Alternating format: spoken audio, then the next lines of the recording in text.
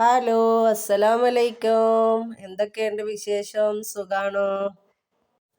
അങ്ങനെ ഞങ്ങളെ വാണിമേലിലും ഫെസ്റ്റ് തുടങ്ങി കേട്ടോ.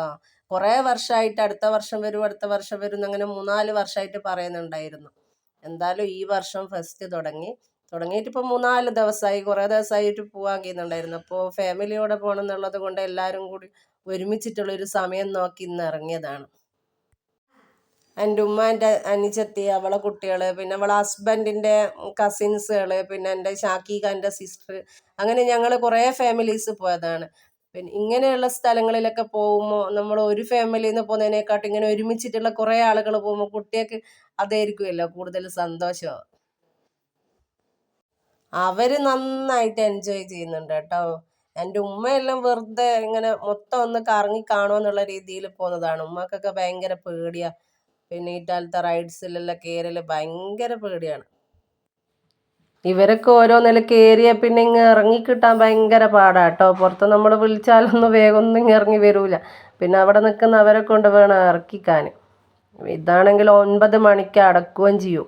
അപ്പോൾ പിന്നെ കുട്ടികളെങ്ങനെയോ ഓരോന്ന് കയറി കഴിഞ്ഞാൽ കുറേ ബുദ്ധിമുട്ടിയിട്ടാണ് ഓരോന്ന് ഇറക്കുക. हमसे जो ये कहा है अब यकीन आ रहा है. ഇതുപോലെയുള്ള ഫെസ്റ്റ് ഒക്കെ വർഷത്തിലല്ലേ വരും. അപ്പോൾ ഞങ്ങൾ എല്ലാ വർഷവും പോയി കാണാറുണ്ട്. പിന്നെ ഇതൊക്കെ ഒരു രസമല്ലേ. ഈ റൈഡ് മക്കൾക്ക് വല്ലാണ്ട് ഇഷ്ടമായിരിക്കും. അവർ കുറേ സമയത്ത് തന്നെ കളിച്ചേനു. പിന്നെ കുറേ കുട്ടികൾക്ക് പുറത്ത് കയറേണ്ടതുകൊണ്ട് അയാൾ മക്കളെ പിടിച്ച് പുറത്തിറക്കുകയാണ് ചെയ്തത്. മക്കൾ മാത്രം കയറിയാൽ പോരാരോ, നമുക്കും കയറണ്ടേ. നമ്മൾ ഇങ്ങനെ ഒരുങ്ങിപ്പോയിട്ട് ഒന്നിൽ കയറാണ്ടെങ്കിൽ പോകുന്നെന്ന് പറഞ്ഞാൽ അതൊരു രസമില്ലാലോ. അങ്ങനെ ഞങ്ങൾ ഇതിൽ തൊട്ടിൽ കയറി കേട്ടോ. തൊട്ടിൽ കയറി സാധാരണ എനിക്ക് ഇതുപോലുള്ള റൈഡൊന്നും വലിയ പേടിയൊന്നുമില്ല, തീരെ പേടിയില്ലാണ്ടുമല്ല.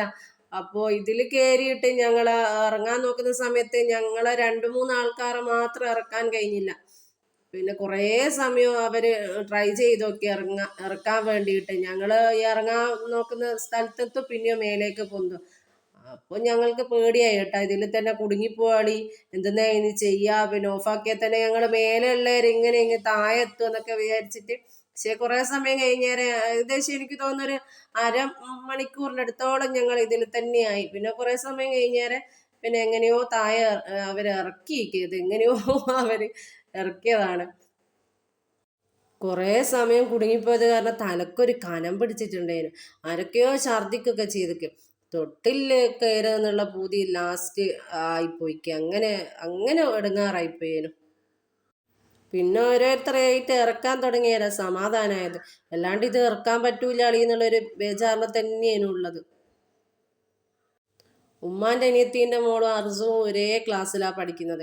അപ്പം അവർ ഓരോ റൈഡ് കയറിയാലും അതിൽ നിന്നൊക്കെ സംസാരം തന്നെയാണ്. നമ്മൾ പുറത്തുനിന്ന് വിളിച്ചിട്ടും ഒന്നും അവർ കേൾക്കുന്നില്ല. അവർ സംസാരത്തിൽ തന്നെ. സ്കൂളിൽ നിന്ന് ഇത് തന്നെയാണ് പരിപാടി. ടീച്ചർ പറയും ക്ലാസ്സിൽ നിന്ന് അവർ സംസാരിക്കുന്നത്. അതേപോലെ തന്നെ ഇതിലൊക്കെ കയറിയാലോ എല്ലാത്തിലും അവർ ഒരുമിച്ചാണ് കയറിയതും കയറുന്നതിലെല്ലാം അവർ സംസാരമാണ്.